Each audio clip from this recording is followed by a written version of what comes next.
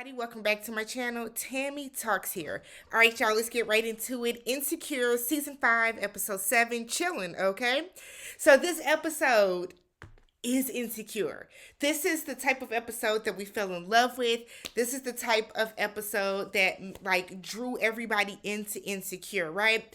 The four girls, the core cast, the group, they're sitting around, they're chilling, they're talking about just like girl talk. They're getting deep into their issues. They're able to make fun of each other. We're seeing character progression. Like, this is Insecure. Let's get right into it. All right, y'all. So the episode is mainly about everyone going over to Issa's house because they are going to have a girls' night sleepover chill evening. So everyone shows up. Issa tells them that she has a night full of plans. They have massages, they have dinner. Like, she has a bunch of stuff planned for them. She also says that she rolled up a bunch of blunts for them. They are going to be soggy because she was rolling and re-rolling and re-rolling, but Molly gets the best one. Kelly starts smoking immediately, and that's why I don't smoke. Exactly what happened to Kelly. So Kelly is like choking, can't get her breath. And then finally, it's like, this is going to be a good night. And I'm like, okay, girl. They have little fun banter about how Tiffany seemingly has, like, everything from Ivy Park. Tiffany says that she knows someone. Kelly is like, she got on StockX and paid a 200% increase for it, which StockX is robbing us. I'm a GOAT person myself, but yeah, StockX will get you. So they go outside and they're all taking pictures from Issa's balcony of like her view, the scenery, the landscape. Molly, we think that Molly takes a picture the wrong way because she's high, but really they're supposed to be taking a picture of the scenery. Issa gets a phone call that the massage place that they were going to go to, the spa, a pipe bust, so they had to cancel everything. They're disappointed. They were looking forward to going out, getting massages, that type of stuff. And Issa was like, I can go outside and get some stones. We can warm them up. And we can do, a hot stone treatment that way. So they decide to just start drinking until they go to dinner. So Kelly says she is still Kelly sober, which means that she is just going to smoke. And that is so funny because Demi Lovato just issued a statement about how she has been Kelly sober and not really sober, I feel like just a couple of days ago. They decide to play questions in a hat. So we then switch over to Lawrence, and he's bringing little adorable baby Elijah back over to Condola's house after keeping him for a night. So we see that things are going smoother with them. He's able to get the baby, go have, his close personal one-on-one time with him. It seemed like a very smooth handoff. There were no issues, anything like that. Lawrence brought in some boxes that were outside Condola's house and tells her, you have some packages out front. She says that they are for a shelf that she wants to, that she needs to put up. She was just going to have a friend come do it later. Lawrence offers to put up the shelf. And I'm like, okay, they're going, again, we want to see healthy co-parenting. Not a relationship, but healthy co-parenting. So they get switching back over to Issa and Girls Night. We see that they are playing questions in the hat. The first question is, name an embarrassing fact about yourself that the others don't know. Molly admits to not having seen Love Jones. And Issa is like, but we had a connection over Lorenz Tate. She asks him, was he the Love or the Jones? It was just crazy because like that is so like off par for Molly's character, because Molly's character is supposed to be like so well rounded, so down for the people. But that was funny. Kelly's is that she starts every day drinking 2 Red Bulls. Tiffany's is that when she masturbates, she thinks about Derek, and everybody was like, girl. So then the next question is, have you ever broken a friend's vase? And it goes between Molly and Issa going back and forth. Molly wants Issa to admit that she did it. Issa's still not doing it. Then they get, the next question is, if you could only spend the rest of your life with the last person you slept with, would you? Issa said that she doesn't know because her and Nathan are kind of rocky right now because he called her inconsistent. And everybody is like, well, girl, you are. Issa says that she's okay with starting over. She doesn't want to force anything. Things have gotten awkward between the two of them. And Kelly is just like, this is just opportunity coming. And when something knocks, there you go. Right on cue, somebody knocks on the door. So they all jump. Kelly says she thought it was a ghost. They were so high. Kelly thought it was a ghost. So they go to the door, and it is Issa's that one tenant that complains about everything. She said she saw a spider in her house, and she wants Issa to tint the entire building. Issa told her no. Spiders are normal. Spiders are natural. Like, spiders happen. And as they're walking by, right as they're talking, Kelly starts walking by to the kitchen, and Kelly and the neighbor get into it. So Issa just kind of like closes the door, and Kelly said that the neighbor feels that Kelly is a bad influence on her son. Kelly is wondering why she never once thought that maybe her son was a bad influence on her. Again, Kelly's just being reduced just to the comedy. I feel like during this entire episode, Issa had some real moments, Molly had a real moment, Tiffany had a real moment. Kelly did not. And it's crazy because Natasha is a writer on the show. So I guess. So Molly gets a call from work, so she has to take it. She goes out, she steps outside, and she is like laughing and kikiing and giggling and stuff on the phone. And they were like, who is she talking to? Since when is, a work call that entertaining? So they all go listen, and Kelly is like, are you sleeping with Torian? And Molly is like, no, but it's weird since since she told him about her mom. So she's like, we're talking more. He texts me like to check in on me, to check on my mom. So like Molly is kind of picking up on like there's some flirting.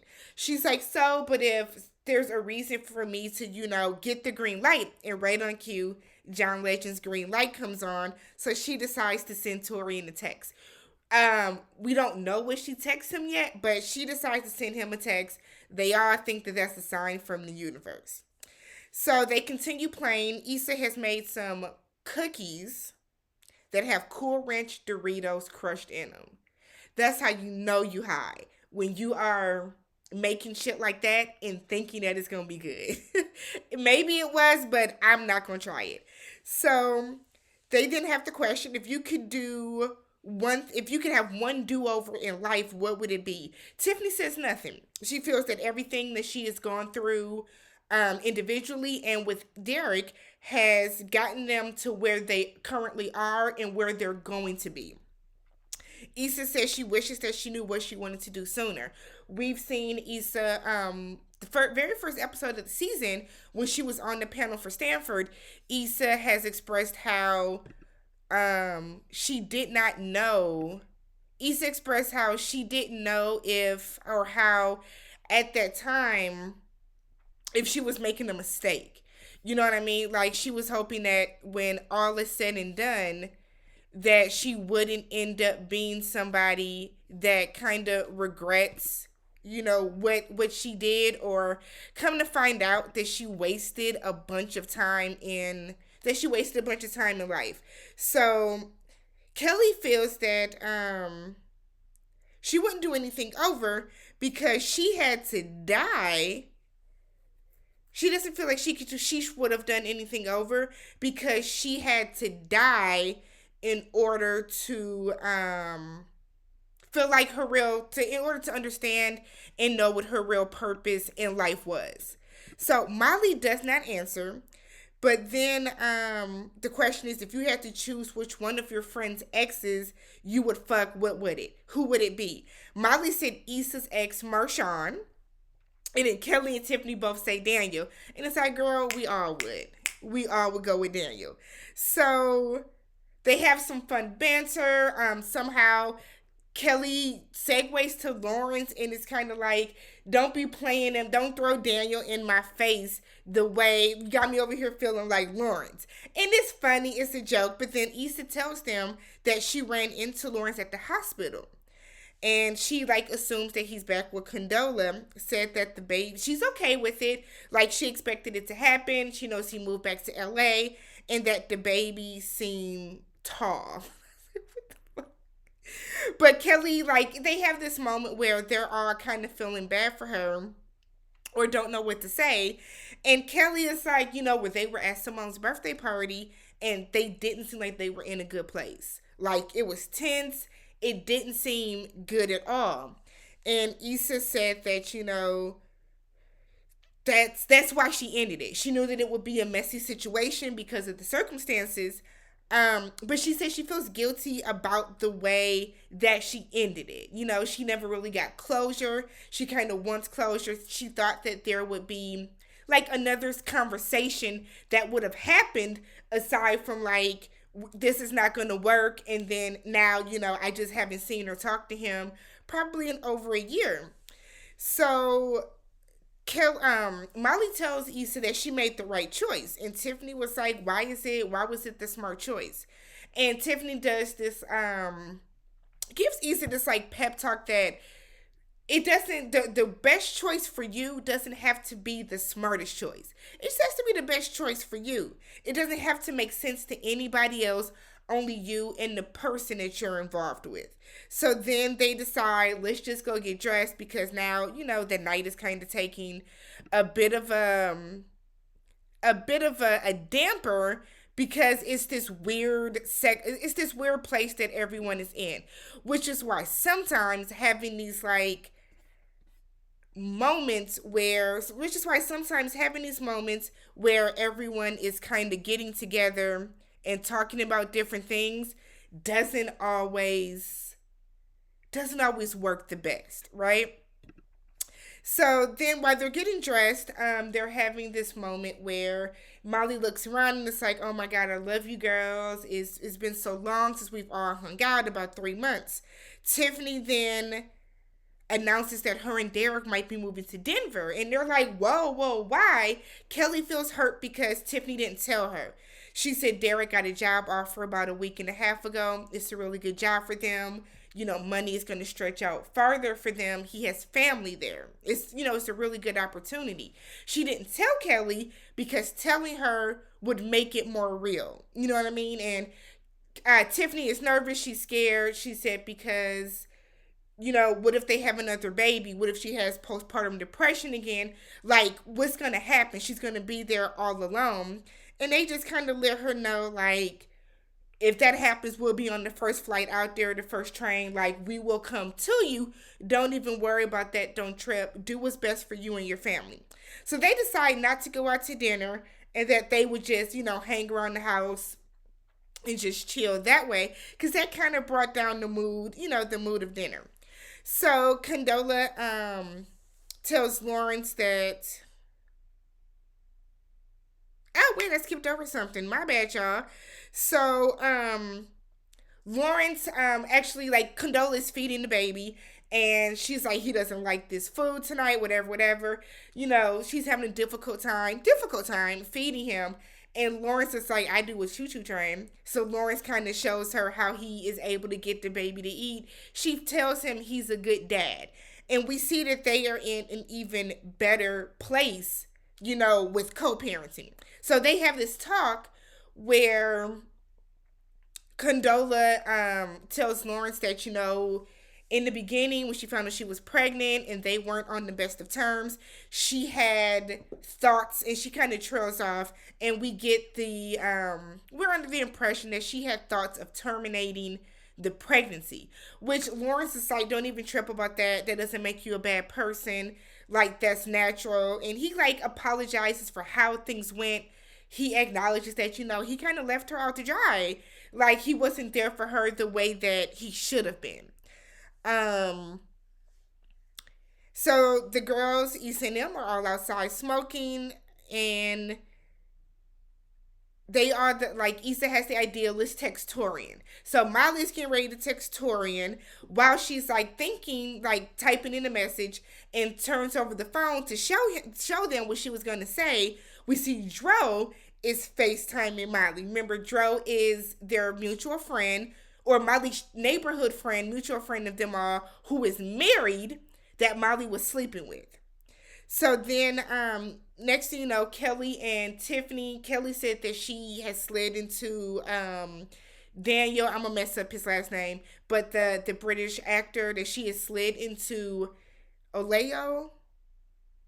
I think it's Oleo. I think that's how you say his last name. But she said into his DM she wants to go take a titty pic to send to him. Issa starts calling Lawrence, and Molly is like, no, no, no, no, no, no. I support you, but this is what we mean about you being inconsistent.